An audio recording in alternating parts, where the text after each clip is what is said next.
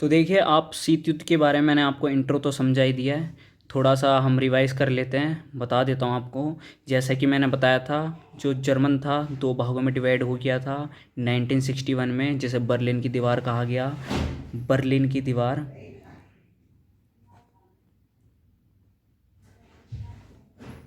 Germany को दो भागों में बांट दिया गया था, यानी पूर्वी जर्मनी और पश्चिमी जर्मनी।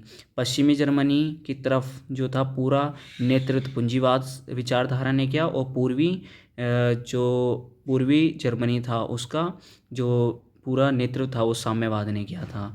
तो अब इसके अंदर देखो, थोड़ा सा और समझते हैं कि जो सैन्य संगठन था, बताए थे सैन्य संगठन बनाए थे।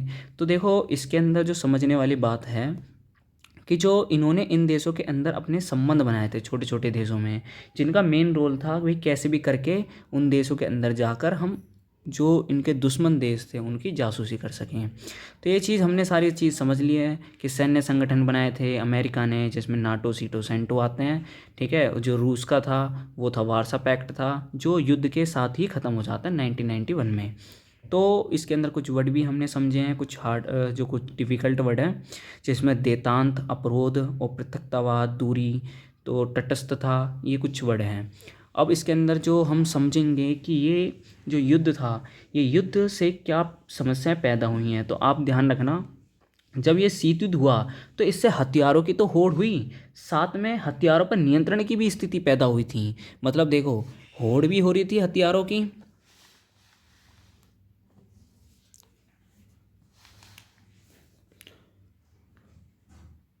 हथियारों की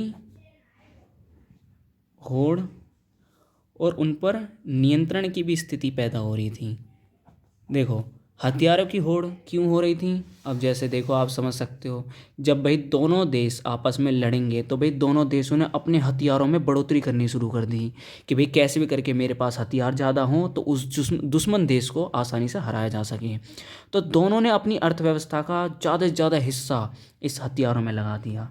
लेकिन देखो, हथियार तो बनाए जा रहे थे, लेकिन हथियार बनाने के साथ साथ देशों के बीच में या इनके अंदर पूंजीवादी साम्यवादी देशों के अंदर ही अंदर मन में ये आया कि भाई अगर हम इसका इस्तेमाल हम हथियारों में लगते हैं तो इससे हमें आर्थिक रूप से काफ़ी हानि होगी, और अगर हम एक दूसरे के विरुद्ध युद्ध भी करते हैं तो देखो यहाँ पर अपरोध की स्थिति पैदा हो जाएगी। सभी के मन में ये बात आई कि युद्ध करते हैं तो हथियारों में जो पैसा लगाया सारा वो बर्बाद जाएगा, और जब देश के अंदर कोई विजय उभर कर नहीं आ पाएगा तो इसका पूरा नुकसान देश पर ही होगा। तो यहाँ से हथियारों पर नियंत्रण की भी स्थिति पैदा हो गई। तो आप ये समझ सकते हो। अब जो दूसरी बात आती है इसके अंदर, कि जो भारत था, भारत ने किस प्रकार की नीति अपना रखी थी उस समय। इनके सारे सारे क्वेश्चन मैं एक वीडियो में, अलग अलग वीडियो में बनाते जाऊंगा, समझाते जाऊंगा, आपको उन्हें देखने हैं। अभी यहाँ इंट्रो पूरी तरीके से समझ लो।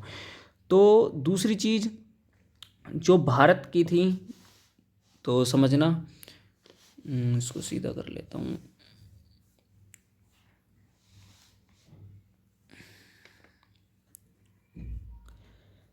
भारत की विदेश नीति शीत युद्ध के समय कैसी थी? भारत की विदेश नीति शीत युद्ध के समय कैसी थी, वो चीज़ देखो। अमेरिका के साथ अलग थी, और रूस के साथ अलग थी, जिसे हम सोवियत संघ भी कह सकते हैं। देखो, अब मैं बताऊं, भारत की विदेश नीति जो थी अमेरिका के साथ शुरू से ही, मतलब शुरू से ही समझो, बीच में जिस समय भारत औपनिवेश था उस समय तब भी थोड़ी बहुत ठीक थी, क्योंकि उस समय भारत की सहायता करी गई थी। लेकिन हम पूरी तरह कह नहीं सकते, क्योंकि जो भारत की विदेश नीति जो है अमेरिका के साथ हमेशा शुरू से ही खराब रही है। इसका सबसे मेन रीज़न है कि अमेरिका ने हमेशा साथ दिया है पाकिस्तान का। किसका साथ दिया है? पाकिस्तान का, हमेशा से ही। जैसे कश्मीर समस्या हो गई, कश्मीर समस्या में भी अमेरिका ने पाकिस्तान की सहायता करी। तो मतलब जितने भी युद्ध हुए हैं, जैसे 65 का मान लो, 1965 हो गया, ये 1975 हो गया, ये इन युद्धों में अमेरिका ने हमेशा पाकिस्तान की सहायता करी है। 65 में, 75 में, यहाँ तक कि अपने जितने भी हथियार वगैरह थे पाकिस्तान को सप्लाई करवाए थे, सारे प्रोवाइड करवाए थे। तो यहाँ देख सकते हो भारत के अमेरिका से जिस कारण संबंध खराब रहे शुरू से ही।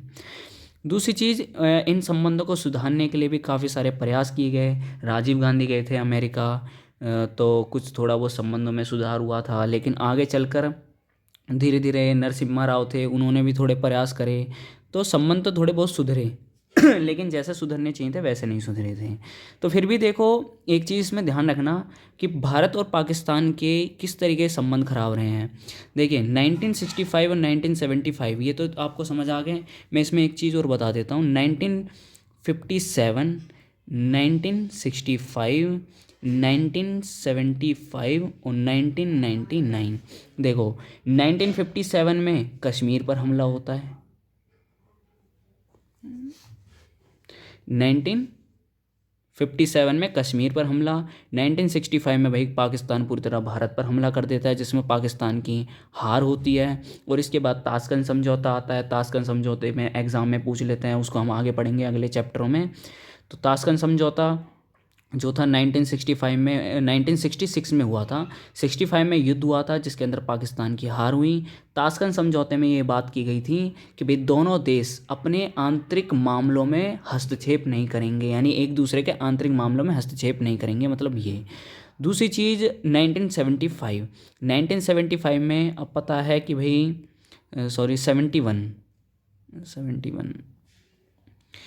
तो 1971 में भारत और पाकिस्तान के बीच में युद्ध हुआ था। इसके अंदर बांग्लादेश नाम का एक नया राज्य बना था और इसमें भी अमेरिका ने सहायता करी थी इस युद्ध में। तो जो बांग्लादेश नाम का नया राज्य बना था और इसमें पाकिस्तान को बुरी हार दी थी, यानी करारी हार दी थी, एक टक्कर की हार दी थी काफ़ी ज़्यादा। तो भाई इसके बाद ही क्या होता है, समझौते होते हैं। लाहौर समझौता होता है 1999 में। लाहौर समझौता होता है जिसके अंदर बात की जाती है, लाहौर हमारा पाकिस्तान में इसमें समझौता होता है। इसमें बात की जाती है कि जितने भी समझौते में, अब पता है मित्रता देशों के बीच में सीमाओं का उल्लंघन ना करना, इस बारे में बात हुई थी। तो फिर भी जो था पाकिस्तान था, उसने फिर भी इन बातों को ध्यान नहीं दिया और पाकिस्तान ने भारत के कारगिल में घुसपैठ कर दी। सोचो कितनी गलत बात है, कारगिल में घुसपैठ। अब कारगिल में घुसपैठ की, जिस कारण पूरे विश्व स्तर पर इसको शर्मिंदा होना पड़ा था पाकिस्तान को, क्योंकि पाकिस्तान ने एक समझौता होने के बावजूद भी ऐसा करा था। तो अब आपने कारगिल युद्ध भी सुना होगा। तो अब हम आगे समझते हैं, ये तो भारत की विदेश नीति होगी अमेरिका के साथ। अब हम भारत की विदेश नीति समझेंगे किसके साथ, रूस के साथ। देखो रूस तो भाई भारत का भाई एक प्यारा मित्र है, ऐसा समझ सकते हो आप। तो रूस के साथ जो भारत की विदेश नीति है वो किस प्रकार की है, वो चीज़ देखो। रूस ने हमेशा भारत के साथ मित्रता बनाए रखी है। और देखो वैसे तो जब भारत ने गुटनिरपेक्ष अपनाया था, मैंने गुटनिरपेक्ष के बारे में बताया था, जब भारत ने गुटनिरपेक्ष अपनाया था तो उस समय तो भारत की जो विदेश नीति थी और भी अच्छी हो गई थी रूस के साथ। क्योंकि इसका रीज़न सबसे बड़ा ये था कि रूस देख रहा था कि भाई हमारे साथ मिलेगा या अमेरिका के साथ मिलेगा, तो भारत ने अपनी अलग ही नीति अपनाई जिसका कारण रूस काफ़ी खुश रहा और रूस ने भारत को हर प्रकार की सहायता प्रदान करनी शुरू कर दी। अब जिस कारण क्या होता है भाई, रूस जो है भारत को विश्वास दिलाने के लिए 19 भारत को विश्वास दिलाने के लिए जो एक संधि करता है जिसे हम मित्रता संधि कहते हैं। तो जो संधि होती है ये 1971 में ये संधि होती है जिसको 20 वर्ष की संधि कहा गया, यानी 20 वर्षीय संधि। मतलब इनकी मित्रता पूरी 20 साल की थी, मतलब ये नहीं कि 20 साल तक ही मित्र रहेंगे। तो आगे चलकर जो 1971, अगर हम 20 साल के आगे की बात करें तो 1991 आ जाता है, जिस समय पता है जो सोवियत संघ था उसका विघटन हो गया था। अब यहाँ पर तो बात ये आती है कि भाई सोवियत संघ अब रखेगा भारत से संबंध या नहीं रखेगा, क्योंकि वो तो विघटन हो गया, वो तो पूरी तरह टूट गया, उसमें से अलग अलग राज्य बन गए, गणराज्य बन गए। अब यहाँ पर रूस ने भाई भारत को फिर विश्वास दिलाया कि भाई हम तुम्हारे साथ 15 साल की फिर संधि कर रहे हैं और तुम्हें भरोसा दिला रहे हैं, भरोसा दिला रहे हैं कि हम हमेशा तुम्हारे साथ संबंध बनाए रखेंगे। तो भारत की विदेश नीति इस कदर काफ़ी ज़्यादा आगे बढ़ती रही और यहाँ तक कि भारत के अंदर आपको बता दूं कि जो रूस के साथ संबंध रहे हैं हमेशा से शुरू से ही काफ़ी अच्छे रहे हैं। भारत की जो मूवीज़ वगैरह होगी, भारत का कल्चर हो गया, रशियन काफ़ी ज़्यादा उसको अपनाते हैं। यहाँ तक कि रशिया के जो देख सकते हैं कि जो रशियन लोग हैं, रशियन भी भारत के जो कल्चर्स हैं उन एक्टिविटी को काफ़ी पसंद करते हैं। तो ये भारत की विदेश नीति होगी रूस के साथ और पाक उसके अमेरिका के साथ। अब आगे हम समझेंगे। अब देखिए, इसे थोड़ा आगे पढ़ने से पहले हम कुछ वर्ड को समझ लेते हैं, कुछ और भी जो डिफ़िकल्ट वर्ड हैं। जैसे कि आपने औपनिवेशवाद सुना होगा। उपनिवेशवाद, देखो उपनिवेशवाद का क्या अर्थ है, और साम्राज्यवाद, ये दो कुछ वर्ड हैं। ये आपको पूरे पॉलिटिकल साइंस, पूरे इतिहास में सारे समझ आएंगे। देखो उपनिवेशवाद और साम्राज्यवाद में क्या अंतर है। उपनिवेशवाद, जैसे हम कह सकते हैं अगर कोई शक्तिशाली देश किसी छोटे देश पर उस पर दबदबा बनाकर उसकी जो अर्थव्यवस्था होती है, यानी कि अर्थव्यवस्था यानी आर्थिक व्यवस्था पूरी, यहाँ तक कि वहाँ के जितनी भी इकोनॉमिक एक्टिविटी होती हैं, चाहे उनके सामान खरीदने की हो या सामान लेने की हो, जितनी भी आर्थिक गतिविधियाँ थी वो सारी की सारी किसी एक विकसित या विकासशील, विकसित मतलब यानी एक पावरफुल कंट्री के हाथ में चली जाती हैं। केवल आर्थिक गतिविधियाँ, जैसे कि तुम्हें पता है कि भारत के अंदर ईस्ट इंडिया कंपनी आई थी, उसने पूरी तरीके से जो पूरा भारत था उसकी आर्थिक गतिविधियों को अपने हाथ में ले लिया था, इसलिए इसे औपनिवेशवाद कहा जाता है। भारत इसलिए अमेरिका का सॉरी भारत जो है औपनिवेशवाद रहा।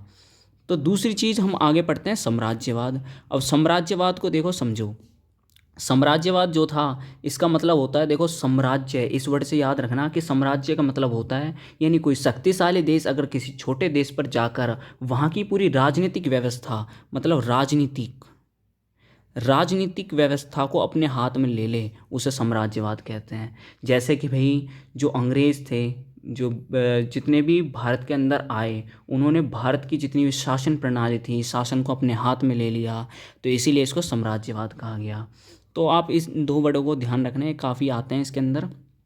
तो हम आगे पढ़ते हैं। अब आगे पढ़ेंगे, आपका पूरा इंट्रो था, ठीक है। अभी भी थोड़ी बहुत एक और भी डाउट होंगे, उन्हें भी क्लियर करेंगे आगे चलकर जब हम इनके क्वेश्चनों को समझेंगे साथ साथ में।